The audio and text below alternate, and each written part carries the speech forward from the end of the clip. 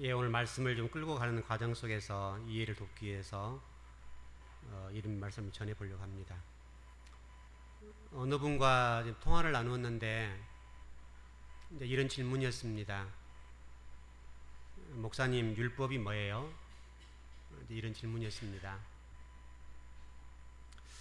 어느 교인의 목사님께서 설교를 하셨는데 율법에 관해서 설교를 이렇게 하셨습니다. 저도 이제 잘 아는 목사님이신데 그분께서 아마 이제 이렇게 설교를 하신 것 같습니다. 그 성도들에게 말씀을 전하면서 어떤 구약적 입장에서 말씀을 전하는 과정 속에 어떤 심판적인 입장에서만 메시지를 전하신 것 같습니다. 물론 그런 부분이 있을 겁니다. 있을 건데 일단 하나 정리해 보자면, 여러분, 구약 성경이 우리에게 말씀하려고 하는 의도, 또 구약 성경을 통해 우리에게 말씀하려고 하는 내용들이 무엇인가 하면 심판적인 것은 아닙니다. 일단 구약이라고 하는 것이 무엇인가 하면 하나님의 자녀들에 관해서 어떻게 살면 이제 이런 전제는 있습니다. 그런 부분이 있지만 그러나 심판을 목적으로 설교 또는 성경을 기록하지 않았다. 이런 전제로 말씀을 드립니다. 먼저 좀 정리할 것은 율법이라고 하는 이제 표현인데, 한국교회에서 모든 신학자 목회자들이 구약 성경의 율법이란 말을 많이 사용합니다. 그러나 여러분, 성경을 좀 더 연구를 해보면 어떤 구약 성경의 율법이라는 개념보다는 좀 다른 각도로 기록이 되어 있습니다. 그래서 그동안 한국교회 신학이 율법이라는 관점에서 가르쳐왔고 또 강단의 설교가 되었습니다. 그래서 성도들이 이 구약 성경 하게 되면 어떤 생각을 가지게 되는가 하면 심판당한다, 이런 관점의 설교를 많이 들었습니다. 이제 이 목사님께서 설교하는 어떤 배경적인 부분이 보면 그런 것 같습니다. 내용을 좀 들어보니까 어떤 성도 가정이 있는데 많은 복을 받았습니다. 많은 복을 받고 이제 그 성도들이 얘기하는 내용이 뭔가 하면, 목사님 제발 외부 활동을 좀 자제하시고 말씀을 좀 가르쳐 주세요, 이런 취지였습니다. 그러다 보니까 이제 자꾸 교회가 좀 어려워졌는데, 그래서 한 성도들이 나가게 되고 이런 일련의 과정들이 있습니다. 그러다 보니까 이제 강단에서 메시지가 선포될 때에 이제 책망적이고 심판적인 메시지가 선포되었습니다. 그럴 수 있다고 생각합니다.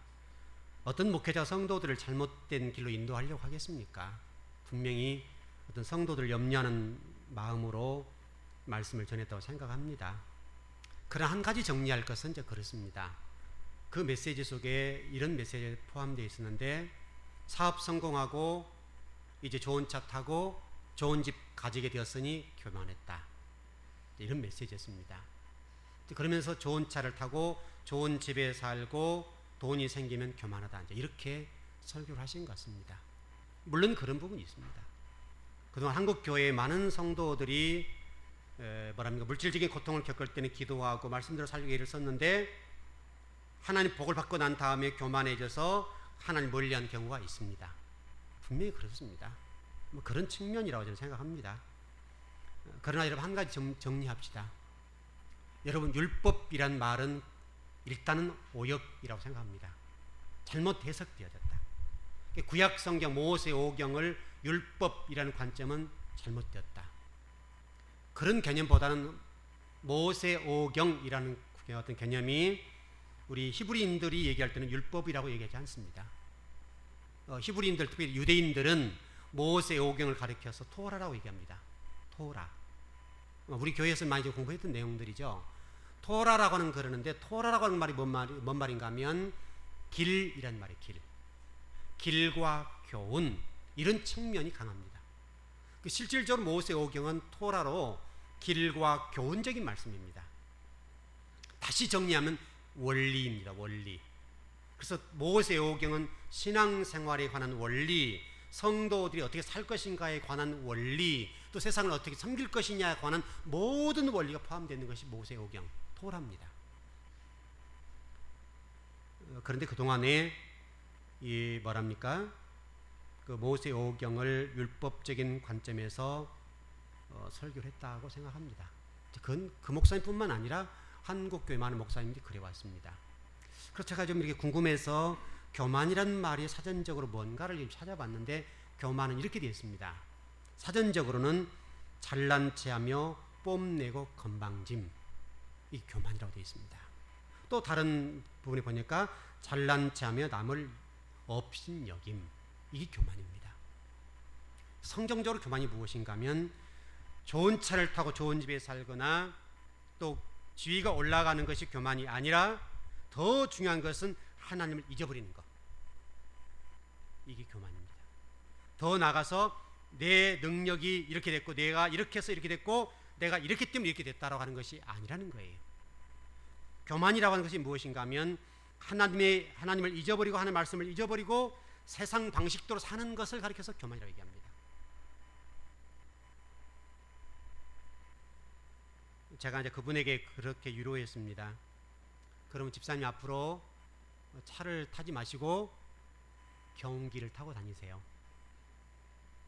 그리고 자전거 타고 다니시라고. 그랬더니 그분이 껄껄껄 웃는 겁니다. 그래서 제가 그렇게 설명했습니다.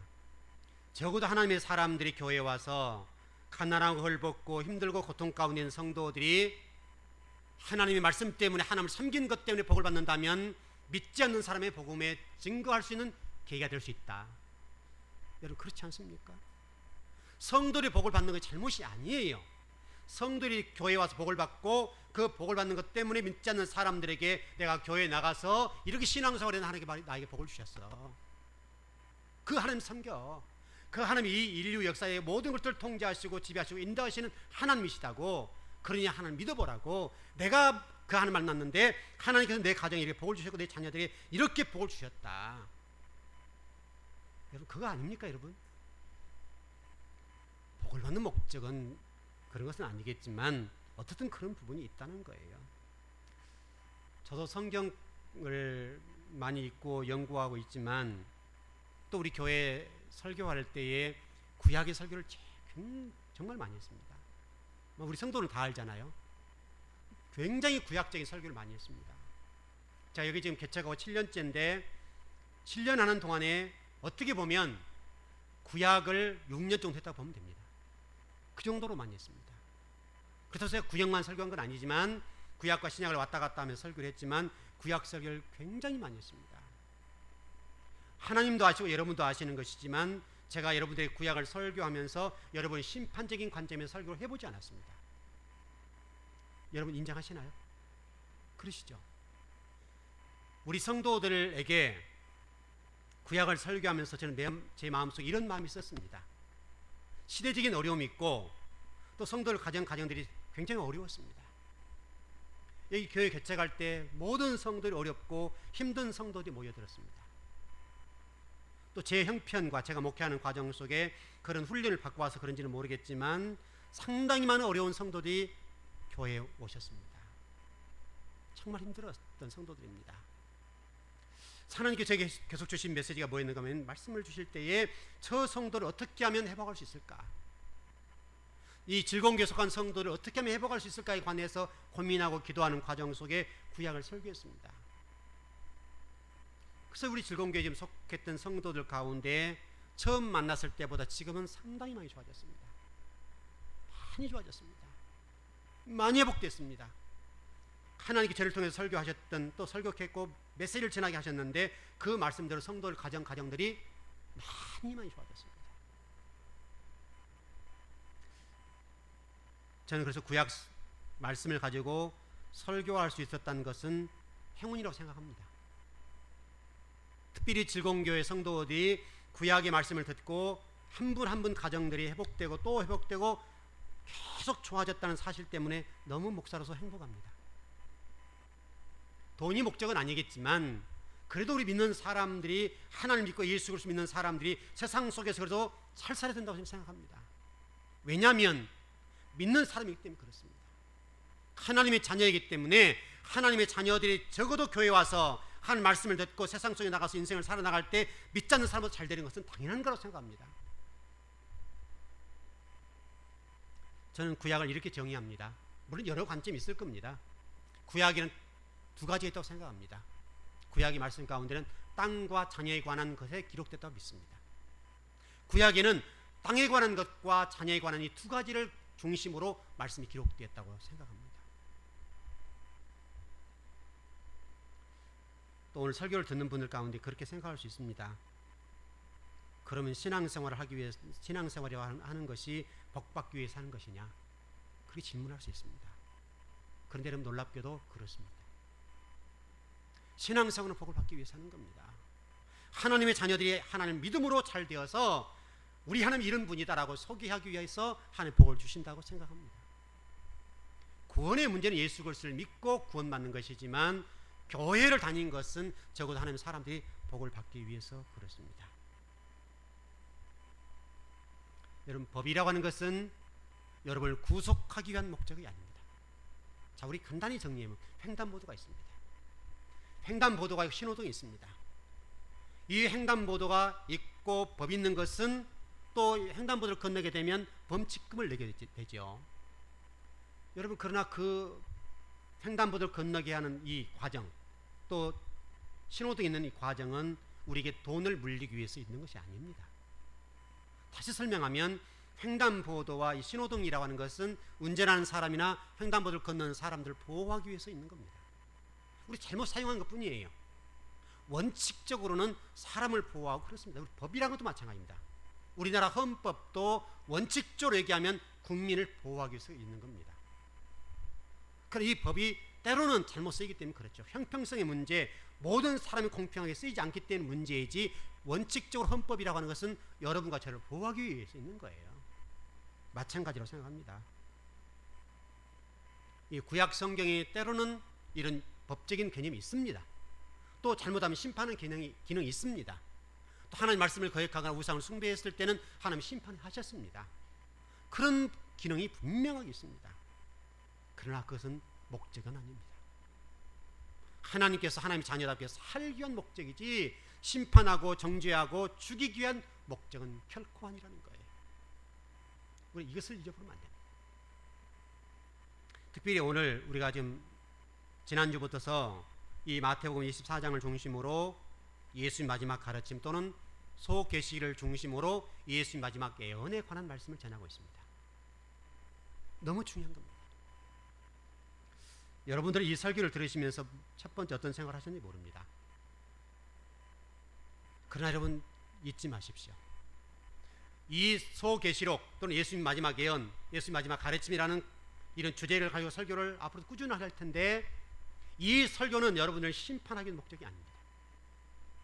또 여러분들의 공포와 두려움을 주기 위해서 설교하는 것도 아닙니다. 절대적으로요.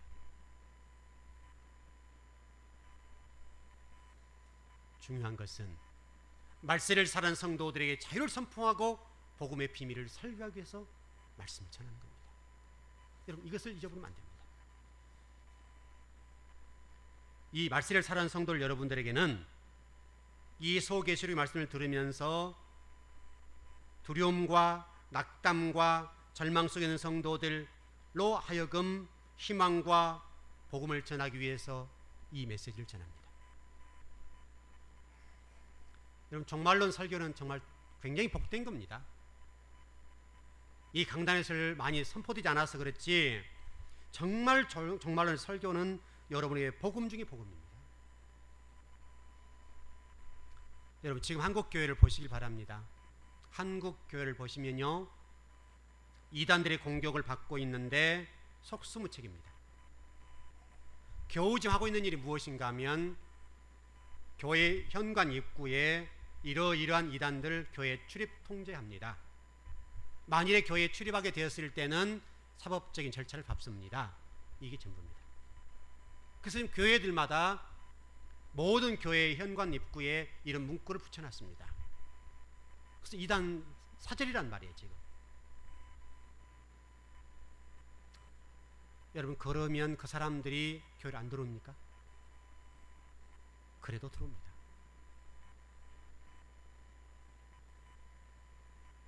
교회가 지금 대처하고 있는 모습을 바라보면 상당히 소극적인 수준에 머물러 있다고 저는 개인적으로 생각합니다. 교회가 더 적극적으로 이 종말론에 관한 말씀을 전해서 도대체 이단이 누구냐, 적그리스도가 지금 누구냐라고 하는 것들에 관해서 명확하게 가르쳐 줘야 될 책임이 저는 있다고 생각합니다. 정말 지금 이 시대에는.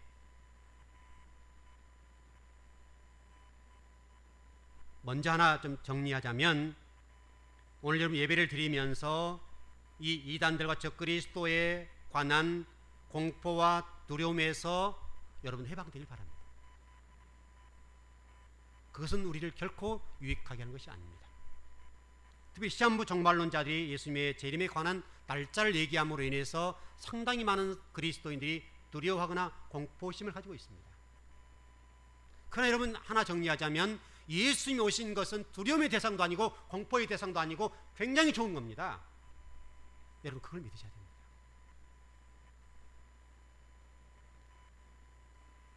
하나님께 저를 통해서 부족하지만은 이 시대에 종말론적인 설교를 하게 하신 것은 오늘 즐거운 게 어떤 성도들만이라도 이런 두려움과 공포로부터서 자유하라고 말씀을 전하신 겁니다. 자, 한국적인 영향력이 없기 때문에 그 부분은 어떻게 할 수가 없어서 그런 부분이니까, 우리 즐거운교회에 속한 오늘 예배드린 여러분만이라도 두려움과 공포와 이단이었던 적그리스도의 어떤 일 때문에 두려워하지 않길 바랍니다. 여러분 요한계시록을 여러분 기록하는 것을 잘 알고 계시죠? 요한계시록은 지금 한국교회 안에서 설교가 안 되고 있습니다. 그래서 잘못 건드리면 이단이 됩니다. 그 잘못적인 부분이 있기 때문에 많은 목사님들이 도전을 못합니다. 안타까운 얘기입니다. 분명히 요한계시록은 성경 66권 가운데 한 권입니다.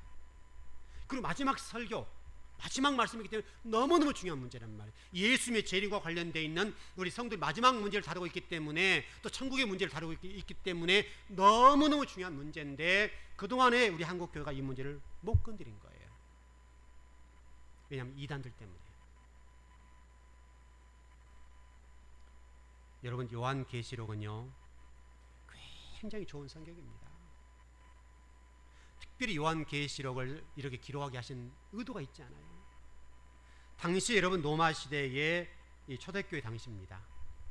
로마가 전 세계를 지배했고 네로 황제가 지배할 당시, 또 더 나아가서 도미티아누스라는 황제가 지배할 때입니다. 그때 사도 요한이 있었을 때입니다. 그때 여러분들이 지금 예배하고 있다 이 말이죠. 근데 당시 로마가 어느 정도 핍박을 가했는가 하면 성도들이 예수라고 하는 얘기만 나오면 죽이는 거예요. 예수님을 믿거나 예수님을 복음을 전하거나 예배를 드리거나 찬송을 하거나 말씀을 읽으면 죽일 때입니다. 감옥에 갇히고 사지를 찢어서 죽일 때, 화형을 시킬 때. 여러분 화형 얘기 아시죠? 사람들을 불을 태워서 죽여버리는 겁니다. 그 정도로 어려울 때입니다. 그때 우리 하나님께서 사도 요한을 부르셔서 천국에 올리셨습니다. 그리고 사도 요한에게 말씀하셨습니다. 너 내가 보여준 것 가서 다 보여주고, 하나님의 사람들에게 절망과 두려움과 공포 속에 살고 있는데 절대로 두려워하지 말라 그래라. 여러분 예전에 제가 설교했던 내용을 아마 기억하시는지 모르겠는데, 무화과 나무 비유를 아시죠? 무화과 나무 비유 아시죠? 똑같은 얘기들이거든요. 이제 그동안에 그 목사님들이 그 무화과 나무 비유를 하실 때에 이제 우리 성도들의 헌신을 촉구하는 메시지로 많이 전했습니다. 맞습니다. 근데 일부분인데, 그러나 본질적인 것은 못 건드려준 부분이거든요. 여러분 무화과 나무 비유는 간단한 겁니다. 예수님께서 시장하셨다고 그랬잖아요. 성경에 보니까 시장하시다가 걸어가셨는데 마치 무화과 나무 봤다. 근데 열매를 따려고 봤는데 열매가 없는 거예요. 그래서 예수님께서 무화과 나무를 저주하셨습니다. 무화과 나무가 굉장히 억울한 입장이죠. 그때가 성경에 보니까 물론 무화과 나무 사계절 열매를 맺는 부분인데, 마치 그때 열매가 땄는지 모르겠지만 열매가 없었습니다. 그 성경 뭐라고 되어 있는가 하면 열매가 맺지 않았다, 이런 식으로 무화과 때가 이르지 않았다라고 설명하고 있습니다. 그런데 예수님께서 저주하셨는데 무화과 나무 굉장히 억울하다고요. 그래서 많은 목사님들이 이 부분을 어떻게 설교를 했는가 하면, 여러분 신앙생활하는 가정 속에 열매만 무성하고 어떤 헌신적 열매가 없으면 안 됩니다. 그럼 이게 이렇게 됩니다. 저주받습니다. 이런 식의 설교를 했다고요. 그 성도들이 그것 때문에 상당히 많이 공포감을 가지고 있습니다. 아, 헌신하면 죽겠구나, 이런 식이었단 말이죠. 헌신이 기쁨과 즐거운 마음으로 헌신해야 되겠는데 억지로 헌신하게 되는 거예요. 그런 메시지는 아닙니다. 여러분, 그 메시지가 무엇인가 하면 그 문자 그대로 해석하면 안 됩니다. 이것은 비유입니다. 비유란 말은 천국의 복음에 관해서 설교를 하게 되는데, 가르칠 때에 천국에 관해서 설교를 하거나 가르칠 때에 사람들 못 알아듣는단 말이에요. 여러분, 못 알아듣잖아요. 그래서 제가 설교를 한국말로 좀 조금 어렵게 하면 못 알아듣겠다고 그렇게 얘기하잖아요. 그래서 우리 지난주 설교 같은 경우도 마태복음 5가지 설교를 설교했는데 몇 분의 성도들이 그런 얘기하셔서 목사님 어려웠어요. 그렇게 얘기하신단 말이에요. 어렵죠. 그 내용은 똑같습니다. 지금과 똑같고 요한계시록과 비슷합니다. 그때 당시도 로마가 전 세계를 지배할 때입니다. 그리고 더 나가서 믿는 사람들 핍박할 때입니다. 핍박했어요. 그래서 믿는 사람들이 움츠렸어요. 두려웠어요. 그리고 숨어들었습니다. 신앙생활도 못했어요. 도대체 믿는 사람들이 이런 생각을 갖는 거예요. 하나님을 믿는다고 하나님 나를 보호해 주셔야 되겠는데 왜 그래? 이런 식이란 말이죠. 여기에 관해서 예수님께서 힘을 주신 메시지입니다. 야, 너희들 봐라. 이 무화과 나무가 지금 저주당해서 말라 죽었지? 마찬가지다. 로마가 이렇게 될 거야. 로마가 이렇게 될 것이고 너희들은 반드시 희망이 있어. 너희들 미래는 영원할 거야. 그러니 절망하지 말아라. 예배 드리는 것과 예수 믿는 것에 관해서 절망하지 말고 확신을 가지고 가라. 하나님은 살아계신다. 그 메시지를 들었던 제자들이 얼마나 힘이 났겠습니까? 아, 내가 주님의 제자로서 복음을 증거하고 많은 믿는 사람에게 열심히 복음을 전해야 되겠구나. 그 믿는 사람들에게 이 메시지를 전해서 소망을 줘야 되겠구나. 똑같은 얘기입니다. 여러분, 요한계시록의 말씀이 그런 메시지입니다. 오늘 소계시록의 종말론의 말씀도 똑같은 말씀입니다. 예수님께서 화형을 당하고 사제가 찢기고 죽임당하는 이 백성들 향해서 소망을 가지라고, 공포와 두려움에서 벗어나라고 그런 메시지로 전하고 있습니다. 더 나아가서 이 소계시록의 말씀들은 이단들의 실체를 정확하게 말씀하고 있고, 말세가 되었을 때 어떻게 살아야 될 것인가에 관해서 적그리스도의 공격과 수많은 이단들의 공격이 될 텐데 그때 성도들이 어떻게 살아야 할 것인지에 관해서 말씀하신 메시지입니다. 하나 좀 정리해 보십시다.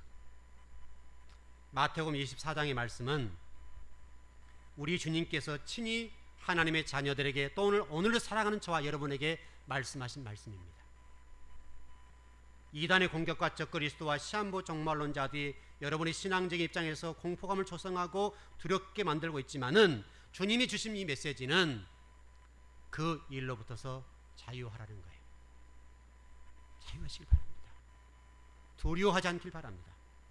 친히 주님 말씀하신 메시지는 자유에 관해서 말씀하고 있습니다.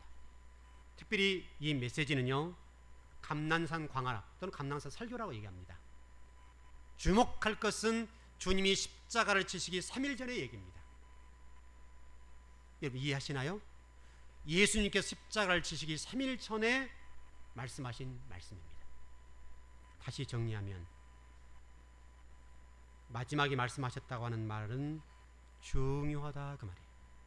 중요하다.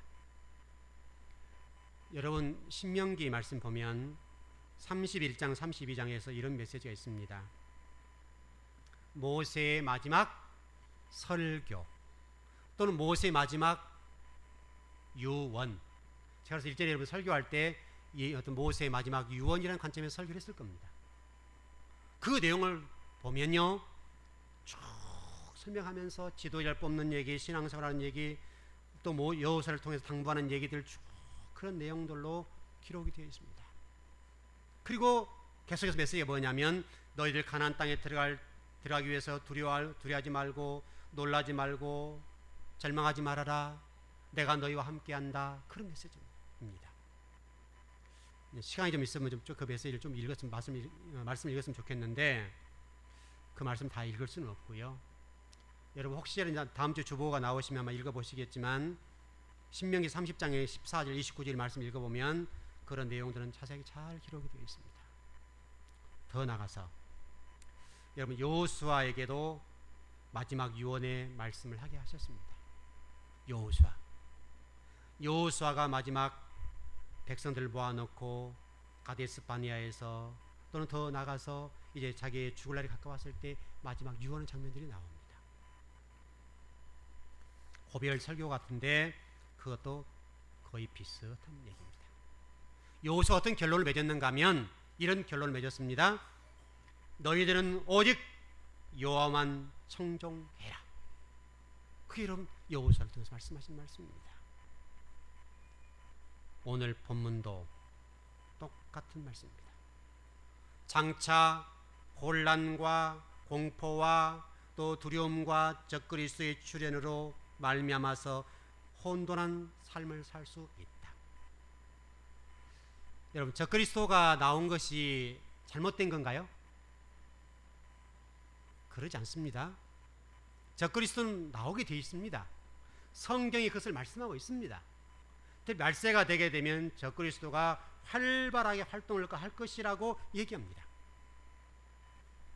그런 측면에서 예수님께서 제자들에게 또 백성들이 설명하는 부분인데 예수님의 부활과 또는 십자가 지심과 성육신의 내용과 더불어서 또 이 공백기가 생기지 않습니까? 부활 승천하신 다음에 예수님 재림하는 이 기간 동안에 일어날 일들에 관해 설명하는 거 뭐냐면 소계시록 얘기입니다.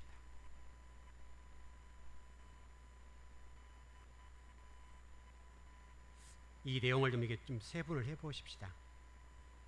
간단하게 좀 정리를 해보겠는데 이 소계 특별히 마태복음 24장에서는 5가지로 정리가 되어 있습니다. 5가지인데 첫 번째 24장 4절에 14절이 종말의 징조에 관한 얘기입니다. 종말의 징조. 그 다음에 15절에서 35절은 환난 얘기입니다.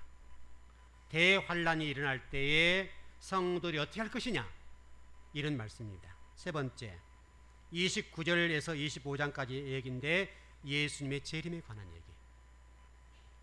또 더 나가서 24장 29절 35절 얘기는 재림 시의 양상의 얘기입니다. 재림 시 어떤 일이 일어날 것이냐. 다섯 번째는 마태복음 24장 36절에서 56절까지는 재림의 불예측성. 다시 설명하면 예수님 언제 오실지 모른단 말이에요. 그런 설명을 오늘 성경에서 말씀하고 있습니다. 여러분 하나 정리해 봅시다. 지금 적그리스도들이 많이 와 있는데 우리 주님께서 오실 때 어떻게 오실 것 같습니까? 주님 오실 때 그냥 가만히 주님이 좀 용서하시라고 생각하는데요.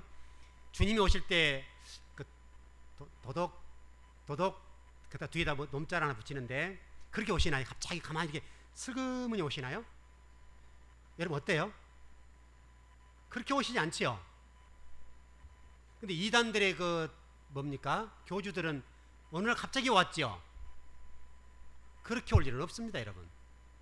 주님이 오실 때는 모든 전 세계 사람들이 다 듣고 알 수 있도록, 볼 수 있도록 그렇게 오십니다. 어느 날 갑자기 오시지 않습니다. 천사장의 나팔 소리와 구름을 타고 오시는데 여러분 광경을 보십시오. 어느 날 갑자기 마구간에 이렇게 오지 않는다 이 말이죠. 그때 그 위엄과 권세와 그 대단한 위엄을 가지고 오십니다.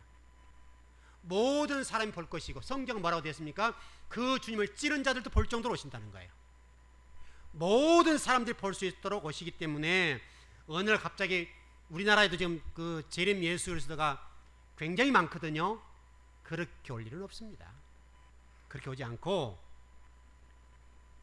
모든 사람이 볼 수 있고 알 수 있고 전 세계 사람들이 알 수 있도록 오십니다. 여러분 놓치면 안 돼요. 특별히 지금 이단들은 이렇게 얘기합니다. 내가 재림주인데 너희들 지금 이렇게 어떤 무리의 속에 속하지 않고 너희들 직장도 다 버리고 남편도 버리고 아내도 버리고 자녀도 버리고 여기 와야 돼. 이런 식입니다. 여러분 그렇지 않습니까? 그런 것은 아닙니다. 주님이 언제 오실지 모르겠지만 열심히 일해야 됩니다. 열심히 일하셔야 됩니다. 오늘 또 여러분 예배드리러 나가시더라도 오늘은 이제 주일이기 때문에 잘 몸을 추스리시고 내일부터서 땀이 나도록 일하셔야 됩니다. 그리고 기도하셔야 됩니다. 주님은 여러분들 어느 한 곳에 가둬놓고 그렇게 오시는 분이 아닙니다. 그런 주님은 절대로 아닙니다. 그 일에 집착하지 않길 바랍니다. 종말에 관해서 여러분 너무나 예민하지 않길 바랍니다. 현재 나에게 주어진 신앙생활 잘하고 현재 주어진 그 일 잘하시면 됩니다. 나에게 주신 직분 잘하면 됩니다. 우리 마태복음 25장식으로 정리하자면 혼인잔치 비유, 혼인잔치 비유를 통해 뭘 말씀하셨습니까? 개인적으로 열심히 준비해라. 달란트 비유를 통해 뭘 말씀하셨습니까? 교회를 통해 주신 직분에 대해서 최선을 다해라. 양과 염소를 통해 뭘 말씀하셨습니까? 세상 속에 나가서 열심히 살아라. 그리스도인답게. 그런 내용들입니다. 그래 여러분, 은둔하거나 도피하거나 도망가는 것이 주님의 뜻이 아닙니다. 어느 단체에 소속되어서 은둔 생활하는 것이 절대적으로 하는 뜻이 아닙니다. 그런 것이 아니니까 여러분 그런 일에 현혹되지 않길 바랍니다. 여러분 성경에 보게 되면 뭐라고 되어 있습니까? 예수님을 그리스도로 부인한 자, 적그리스도라고 그랬습니다. 명확합니다. 명확하게 되어 있습니다. 예수님을 그리스도로 부인한 자는 적그리스도다. 여러분 정리가 명확합니다. 성경은 간단 명료합니다. 복잡하지 않습니다. 그러나 이단들은 자기들을 끼워넣기 위해서 복잡하게 얘기합니다. 여러분 이런 식으로 얘기합니다. 제1음주는 이렇게 얘기해요. 두 증인 가운데 자기를 하나 붙여넣습니다. 하나님 이름 가운데 자기를 붙여넣습니다. 그래서 두 감람나무, 두 증인이 많이 이용됩니다. 그래서 그 말씀들을 성경 꾀에 맞춰가지고 맞춰버립니다. 성경 꾀 맞춰가지고 될 것이 아닙니다. 여러분 성경은요 이사야 34장 16절에 보면 뭐라고 되는 자세하게 읽어봐라. 그러면 다 짝이 있다고 그랬습니다. 짝이 있지 꾀에 맞춰서 될 일은 결코 여러분 아닙니다. 좀 정리해 봐야 되겠습니다. 이단들이 주로 여러분들을 현혹할 겁니다. 그리고 또 성경 공부하자고 할 겁니다. 성경 공부는 여기 있으면 해도 충분합니다. 그 사람들이 가서 성경을 배울 것이 별로 없습니다. 물론 깊이 연구와 공부를 했지만 잘못 가르치니까요. 누군가 여러분이 성경을 배우러 가자고 얘기하거나 또 혹시 믿지 않는 여러분이 알지 못한 어떤 사람이 접근해서 선물 공세를 하거나 밥을 사주면 그거 먹으면 걸립니다. 코가 깨요. 그 사람들이 굉장히 집요하게 달아듭니다. 그래서 여러분 선물 공세하고 뭐 편지를 갖다가 써주고 뭐 자매님을 위해서 이렇게 기도하셨습니다. 뭐 당신을 위해서 이렇게 오랫동안 기도하셨는데 이렇게 눈물이 나고 불쌍합니다. 이런 식으로 나가거든요. 감정이 호소라는 겁니다. 그래서 선물을 주기 시작합니다. 밥을 사줍니다. 거기에 여러분 걸려들지 않기 바랍니다. 성도끼리 사주면 괜찮습니다. 어떤 모르는 사람이 갑자기 여러분들 접근해서 그런 식으로 접근하게 되면 그것은 일단 여러분들을 현혹하려고 생각하면 됩니다. 요즘 시대가 누군데 밥을 사줍니까? 부모 자식 간에 밥을 잘 못 사 먹잖아요. 성도끼리도 밥을 잘 못 사 먹습니다. 지금 그렇게 바쁩니다. 그리고 힘든 세상입니다. 그런데 왜 여러분들에게 무엇이 아쉬워서 밥을 사주겠습니까? 우리 성도들끼리 밥을 많이 사주세요. 그건 괜찮습니다. 그건 좋은 겁니다. 그건 좋은 건데 어떤 사람의 어떤 목적을 위해서 여러분이 접근해서 여러분을 현혹하기 위한 목적으로 접근하기 위해서 그렇습니다. 다리를 놓기 위한 거예요. 다리를 놓기 위한 거예요. 그리고 목적은 그곳으로 데려가기 위한 겁니다. 여러분 교회가 정상적입니다. 그 사람들 얘기한 것이 맞지 않습니다. 근데요 가보면요 갔다 왔던 사람들 얘기 들어보니까요 정말 성경을 잘 가르친대요. 근데 목적이 있어요. 어떤 한 교주를 향해서 하고 있어요. 그걸 하기 위해서 하는 것이지 절대 주님께로 인다는 게 아니에요. 여러분 거기 가면요 일단 가정이 파괴됩니다. 영혼이 피폐합니다. 그럼에도 불구하고 여러분 이 자리에 계신 것이 복입니다. 적그리스도 때문에 두려워하지 마세요. 시험 정말 주님께서 내일 오신다 모레 오신다 걱정할 거 없어요. 내일 오시면 어때요? 지금 이 시간 오면 더 좋지요. 여러분 나쁩니까? 지금 오시면 여러분 지금 예배 드리는 과정 속에 오신다면 더 좋잖아요. 지금 오시든 내일 오시든 모레 오시든 1년 후에 오시든 1000년 후에 오시면 어때요? 중요한 것은 내가 하나님 자녀답게 사는 거잖아요. 하나님 자녀답게 사는 것이 준비하는 것이 중요한 것이지 주님이 내일 오신다고 두려워할 일이 아니란 말이에요. 준비가 안 되면 문제지 준비가 되는데 왜 문제겠습니까? 여러분 그런 일에 절대 현혹되거나 그런 일에 두려워하거나 공포심을 갖지 않길 바랍니다. 만일 여러분 그렇게만 될 수 있다면 복입니다. 오늘 다 여러 가지 메시지가 있었습니다만은 다 잊어버리세요. 다 잊어버리고 우리에게 주어진 공예배 열심히 나오고 열심히 교회 살아가는 대로 하고 또 교회에서 뭐 프로그램을 가지고 공부를 가르치는 따라오면 되고 그러면 되는 것이지 어떤 시한부 종말 나온 자들이 내일 주님 오신다 모레 오신다 해도 공포할 일도 없고 두려워할 일도 없고 절대 여러분 그런 일이 현혹되지 않길 바랍니다. 주님은 그런 분이 아닙니다. 여러분 죽이러 오는 게 아니에요. 살기 위해서 오시는 거예요. 여러분들을 좋은 인도하게 오신다고 그런 것이지 절대 그런 것이 아니니까 여러분 그것 때문에 공포심을 갖지 않길 바랍니다. 기도하겠습니다.